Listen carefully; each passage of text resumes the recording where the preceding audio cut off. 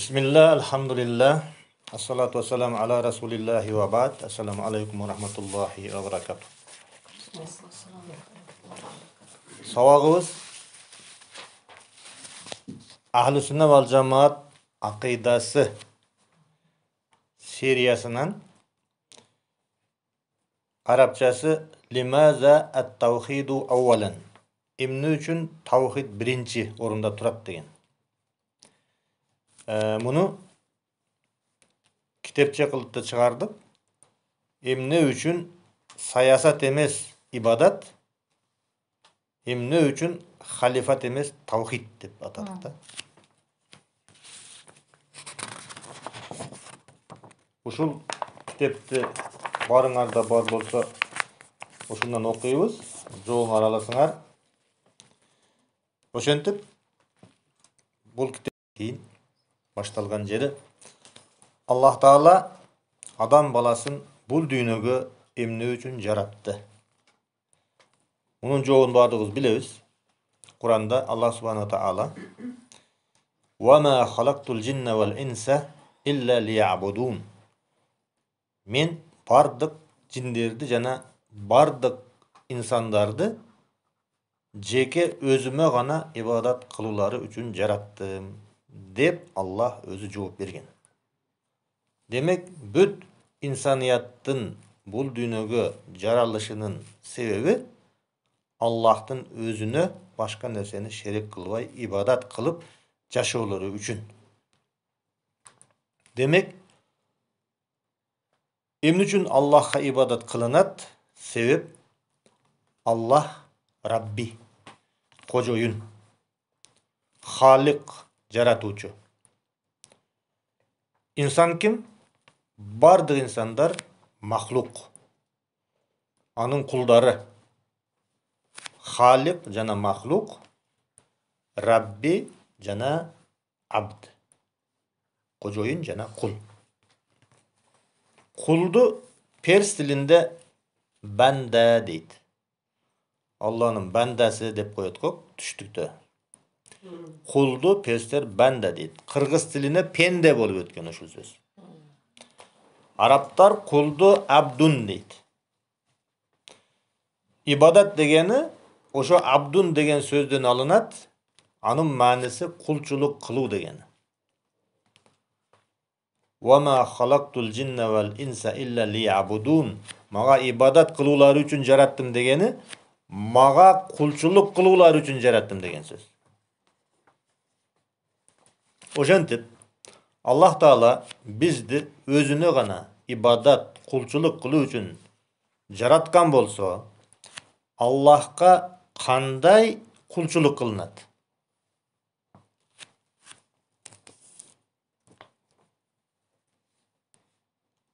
Kantip kulçuluk kılığını bizge Allah Taala özünün kitabı Kur'an'da aytat, jana özünün paygamberi Muhammed sallallahu aleyhi ve sellem'din tili menen bildiret. Muhammed aleyhisselamga vahiy jiberet, anıp Muhammed aleyhisselam bizge aytat. Misal üçün Allah subhanahu taala Kur'an'da fasalli li rabbika vanhar degen bolsa, Rabbin üçün gana namaz oku, jana Rabbin üçün gana kurmandık çal degen bolsa, uşul ayattan biz namaz jana kurmandık ibadatları Allah üçün gana kılınışın bilip aldık. Li rabbika, Rabbin üçün gana, başkaga emes. Uşul eki ibadatты daga Allah subhanahu taala li rabbika, Rabbin üçün gana ibadat kıldı. Rabbin üçün kurmandık çal, Rabbin üçün namaz okudu.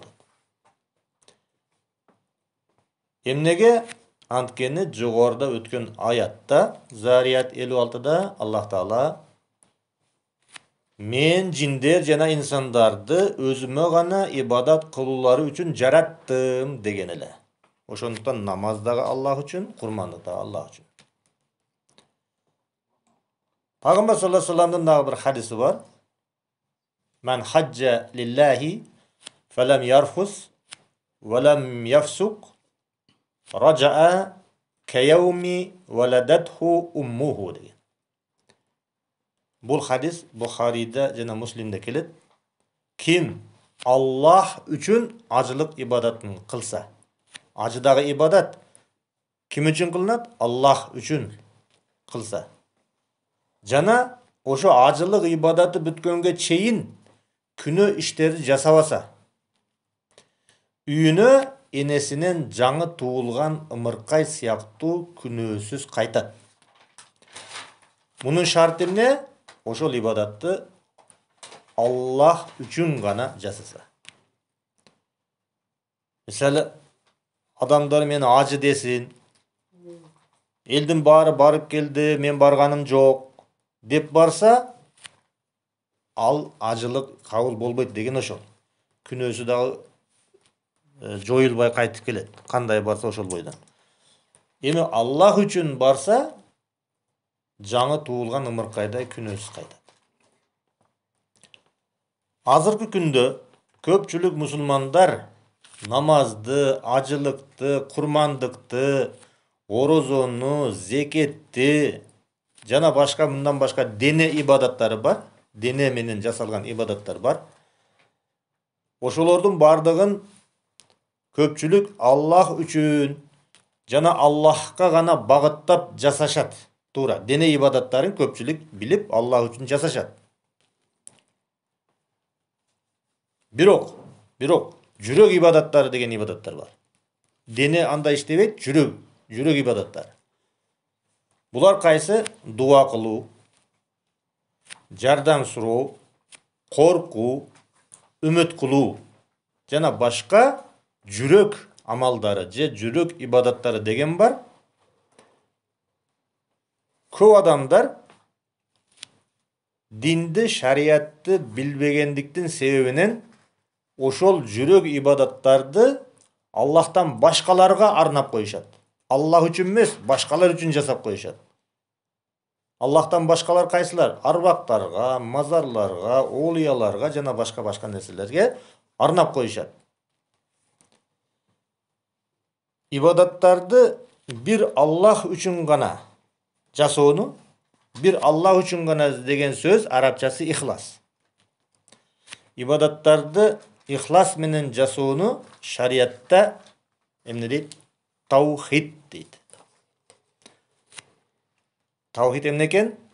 Ибадаттарды Аллахтын өзүнө арнап, андан башканы шерик кошпой башкага.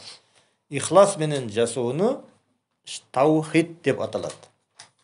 Ал эми Аллахка кошуп, андан башкага да арнап коюуну эмне дейт? Ширк деп аталат. Мәселен, Аллах Таала жогорудагы аятта, Зарият 56-да, мага гана ибадат кылынат дегени үчүн дуа ибадатын Аллах үчүн гана кылыш керек болот. Илля лиябудун, мага гана деп атат го, мага гана ибадат кылыш үчүн. Ошондой деген үчүн жүрөк амалдарынан бири болгон дуаны дагы Алланын өзүнө гана кылыш керек болот. Башкача айтканда, пенде бардык муктаждыктарын өзүнө эмне керек болсо, эмнеге муктаж болсо, Аллахтан гана сурап, о Аллахым, мага жардам бер. О Аллахым, мынау муктаждыгымды өтөп бер. О Аллахым, мени зыяндан сактай көр. О Аллахым, мага пайда жеткире көр. Деп ушул нерселердин бардыгын Аллахка арнап, Аллахка гана жалбарыш керек болот. Ошол эле ва ма халактул джинна вал инса илля лиябудун аятынын негизинде. Мына ошондо гана пенде дуаны Аллахка багыттаган болот. Дуа ибадаты менен Аллахты жалгыздаган болот. Таухидчи болот. Дуанын ибадат экенин каяктан билебиз? Пайгамбар саллаллаху алейхи вассалам айтты: "Инна дуаа хуал ибада." Дуа бул ибадат деди. Сунан Абу Дауд 1329 hadis. Oşentip eger dua ibadat bolsa, Allah Taala'nın men insandardı özüme gana ibadat kılulары üçün jarattım degen ayatının bir manisi men insandardı özüme gana dua kılulары üçün jarattım degeni bolot. Demek insanlar maksatların, muhtaçlıkların Allah'tan surabay, arbaktardan surasa, mazarlardan surasa, oliyalardan surasa, Allah'tan başkaga dua kılgan bolup kalat. Allah'tan başkaga dua kılуу oşol nerseni Allah'ka teң kılgan bolup, jana Allah'ka şerik kılgan bolup kalat. Azırkı kündörde musulmandardın arasında bala tilep, den soğuluk tilep, payda tilep, je ziyandan, je tozokton saktoosun tilep, oliyaların arbaktarına, mazarlarına, je başka ıyık delgen жерlerге sıyıngandar, jalıngandar, dua kılgandar jokpu? Биздин жашоодо андай адамдар толуп жатат. Her bir musulman ülkesinde mingdep, milyondop sanalat андай adamlar. Oşol milyondordun köpçülüğü jasap jatkan işlerinin şirk ekenin bilişmeydi.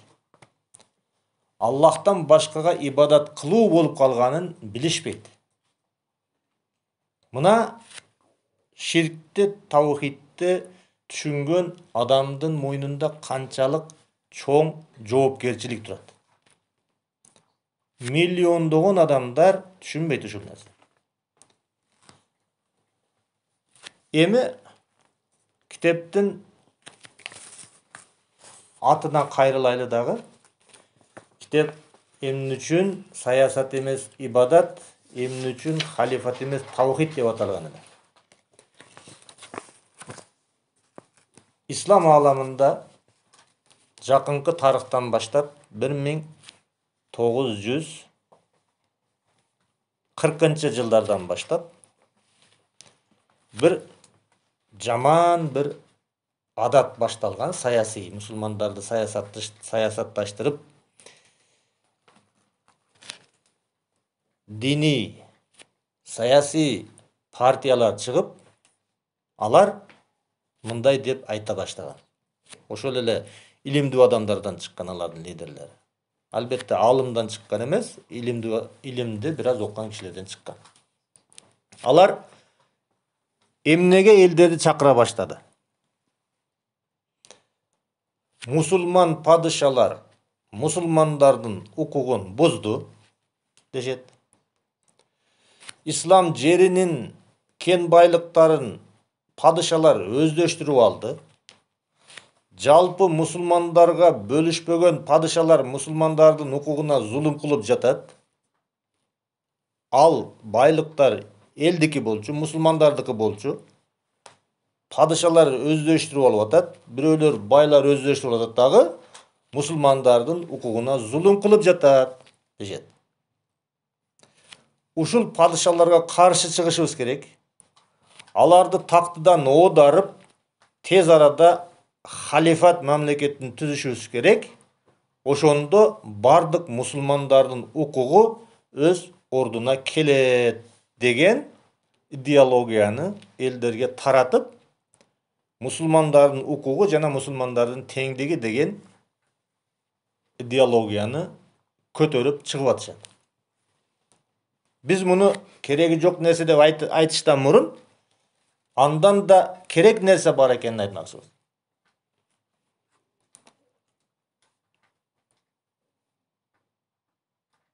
Ошондой сөздөр менен алар элди дүрбөтүп, аят хадистерди өз кызыкчылыгына дал келе турган кылып бурмалап түшүндүрүп, элдерди көчөгө чыгууга, падышаларга каршы көтөрүлүүгө жана революцияларга үндөп жатышат. Ошол үндөөлөрдүн ошол чакырыктардын натыйжасында араб жазы деген толкундоолор болду. Алардын натыйжасында согуштар болду көп мамлекеттерде, жана миллиондогон мусулмандар кырылып кетти.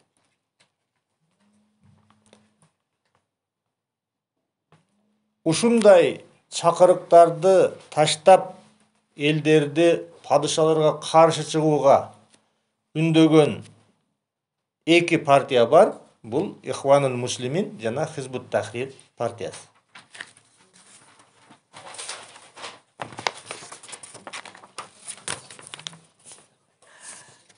Алар эмне дейт?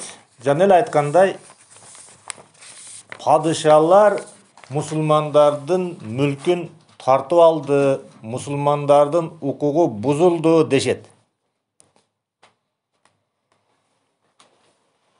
Алар айтышат, кээ-бир алымдар дейт, мисалы үчүн тавхид жөнүндө сүйлөгөн алымдар жөнүндө айтып, кээ-бир алымдар адамдарды уктатып атат дейт. Мисалы бизде алар айтат, адамдарды уктатып аткан илимдүүлөр деп айтышат. Мусулмандардын укуктары тебеленип жатса, силер ширк мирк деген сөздөргө неге убакыт коротосуңар дешет. Аларга биз мындай жооп айтабыз. Туура, мусулмандар зулумдун астында экени чындык. Аны эч ким четке какпайт. Бирок тавхид алымдары андан да чоң зулумга каршы турууну биринчи планга коюшат. Далил Куранда бар. Аллах субхана таала айтат: "Инна ширка ла зулмун азим." Ширк дүйнөдөгү эң чоң зулум. Мусулмандардын укугун коргоодагы зарыл нерсе, бирок андан да зарыл жумуш тургандан кийин ошо зарылды жасаш керек болот. Андан зарыл жумуш, мусулмандардын укугун коргоодон зарыл жумуш кайсы? Ал пенделердин мойнундагы Аллах Тааланын укугун коргоо. Пайгамбарыбыз бир күнү Муаз ибн Жабал деген сахабасын качырына учкаштырып бара жатып мындай деди: "О Муаз, Аллахтын пенделер үстүндөгү укугу", бул узун хадис, мен кыскартырып айтам. Аллахтын пенделер үстүндөгү укугу ага эч нерсени шерик кылбай, жеке өзүнө ибадат кылуулары. Мына ушул нерсе бардык инсандардын мойнундагы Аллах Тааланын укугу. Ал эми пенделердин дагы Аллахтын үстүндө укугу бар. Аллах бизди жаратып койсо, нематтарды берип койсо, кандай Аллахтын үстүндө биздин укугубуз болот? Бирок пайгамбар саллаллаху алейхи айтып атат, пенделердин үстүндө Аллахтын укугу болгондой, Аллахтын үстүндө дагы пенделердин укугу бар дейт.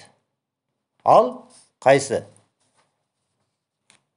Аллах өзүнө ширк кошпогон адамды тозокко таштабоо Аллахтын үстүнө зимма деп коет, милдет болуп калат.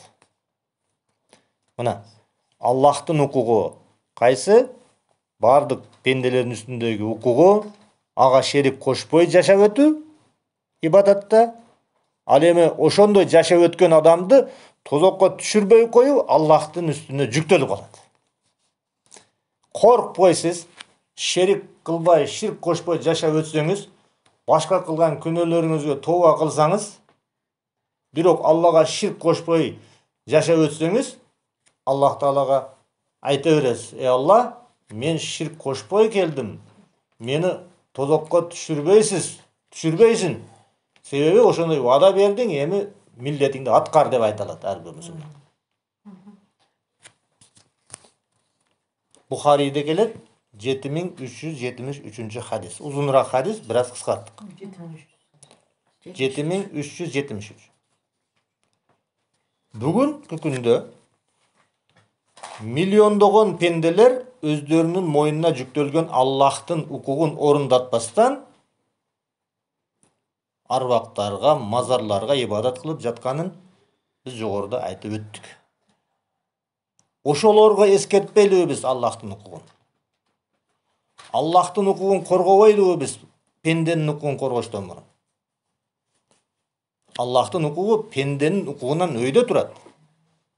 Мына ушул далил менен биз айтабыз, зулум болуп аткандыр, бирок андан да чоңураак зулум болуп атат.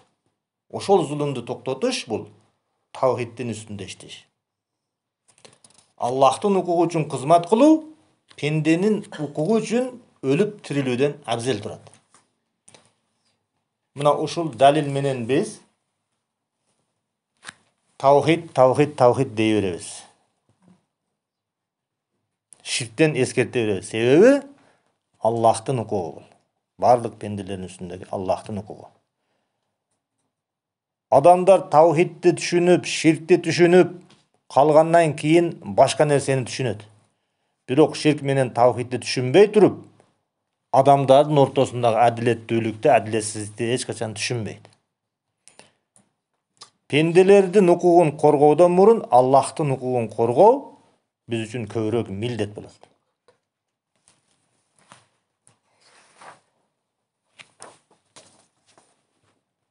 Эми сабагыбыздын уландысын азыркы хадис Бухариде келди. Имам Бухаридин Китабут Таухид. Бул дегени Имам Бухари Китабут Таухид деген атайын китеп жазган эмес. Ошол эле хадистер жыйнагынын ичинде Китабу Саум, орозо китеби, жихад китеби, карыз алуу берди китеби, кыскасы ошондой ыйман китеби деп китептерге бөлгөн. Имам Бухари өзүнүн китеби чоң Сахих Бухариди паланча бөлүм дегенде бап китеп кылып бөлгөн. Ошол китептердин эң биринчиси Китабул Иман, ыйман китеби. Китеп башталганда Бадул Вахи деп башталат, Вахидин түшүүсү деп башталат, бирок Китабул деп бөлүнгөндө биринчи Китабул Иман деп койгон эң башына. Анан эң акырына Китабут Таухидти койгон. Кызык да, эмне үчүн мен ушуну билип ойлондум да, эмне үчүн Имам Бухари башына Китабул Иманды коюп туруп, китептин эң акырына Китабут Таухидти койду. Аллах билүүчү, бирок мен мындай ойлоп койдум. Ошол шарияттын бардыгы иман менен таухидтин арасында. Ошо иман менен таухид сенин диниңди, сенин шариятыңды бардыгын ичине камтып турат. Дегендей болушу мүмкүн деген бул менин оюм, балким туура эместир. Биринчиге Китабул Иманды коюп, эң акырында Китабут Таухид менен бүтүргөн да. Биз дагы ошол китап Имам Бухари бүтүргөн жерден баштап атабыз китепти, ошону которуп баштадым. Которуп мурда эле Бадул Вахиден баштаганмын, бирок сабак катары, силер менен сабак катары Китабут Таухидден баштайын деп атам. Ошентип Имам Исмаил Бухари Сахих Бухариден эң акыркы китеп Китабут Таухид. Ден биринчи баб, Бисмиллахир-рахманир-рахим.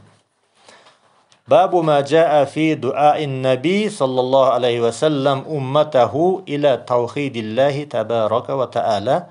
Пайгамбарыбыздын, ага Аллахтын салам болсун, үммөтүн таухидке чакыруусу деп башталат биринчи баб.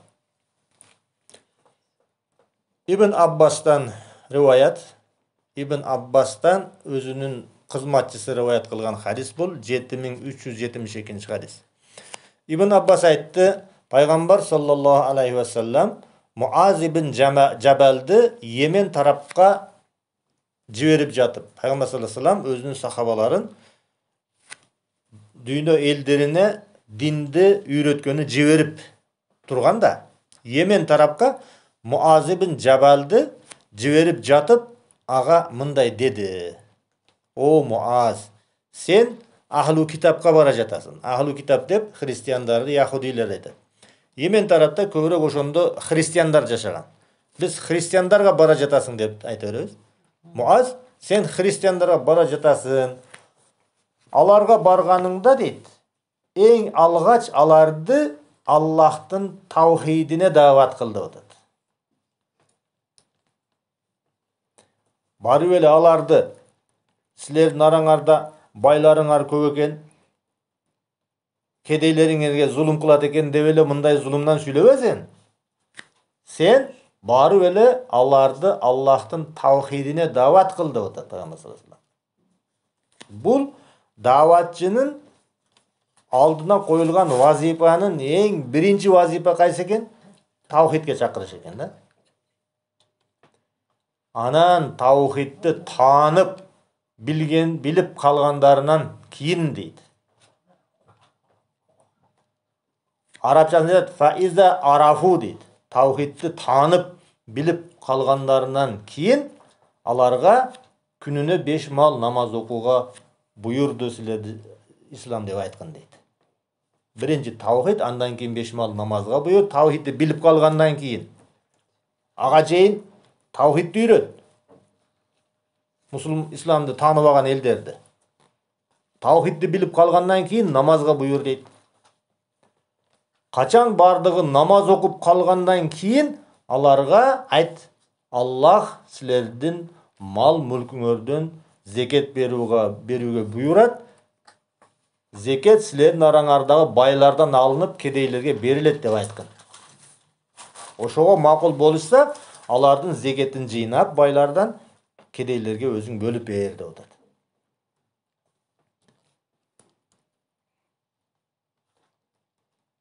Ва тавакка караима амвалин нас. Байларынан зекетти алып кедейлерине бөлүп бер. Бирок байлардан зекет чогултуп атканда өздөрү кайсы малын зекет берсе ошону ал деп атат да. Мисалы, зекет чогултуучулар барып туруп жана байдын малынын арасында биз мисалы койлору болсо семиз жанагындай асыл тукум болот го, кочкорлор, ошону тандап алба дейт. Асыл малдарын алба дейт да. Мисалы үчүн жанагы немелер болот, күлүк аттар болот, же башка ар кандай буюмду, башканы зекет катары алсаң, өзү аздектеген, өзүнө жаккан асыл малдарын алба деп атат да. Андан алыштан этият бол. Өзү эмнени зекет катары берсе, ошону ал дейт. Кийинки хадис, азыр бул зекет жөнүндө бүткөнү менен негизи кайсы? Таухидке буйурду, эң алгач. Кийинки хадис, бул дагы Муаз ибн Жабалдан, жогорудагы Ибн Аббастан болгон, бул эми Муаз ибн Жабалдан. Ал айтат: "Мага пайгамбар саллаллаху алейхи вассалам айтты: "О Муаз", жанагы айтылып кеткен хадистин өзүнүн Бухаридеги тексти ушундай: "О Муаз, сен Аллах Тааланын пенделери үстүндө кандай акысы бар экенин билесиңби?" деди. Хадистин номери бар. 73. Мен Аллах жана элчиси билүүчү деп жооп бердим. Анда Расулуллах саллаллаху алейхи вассалам айтты: "Аллахтын пенделеринин үстүндөгү акысы ага эч нерсени шерик кошпой ибадат кылуулары. Пенделердин да Аллахтын үстүндө акысы бар. Ал эмне экенин билесиңби?" дегенде, Аллах жана элчиси билүүчү. Пенделердин да Аллахтын үстүндөгү акысы бар. Ал өзүнө эч нерсени шерик кошпогон пендесин азапка салбоосу деди. Тозокко таштабоосу деди.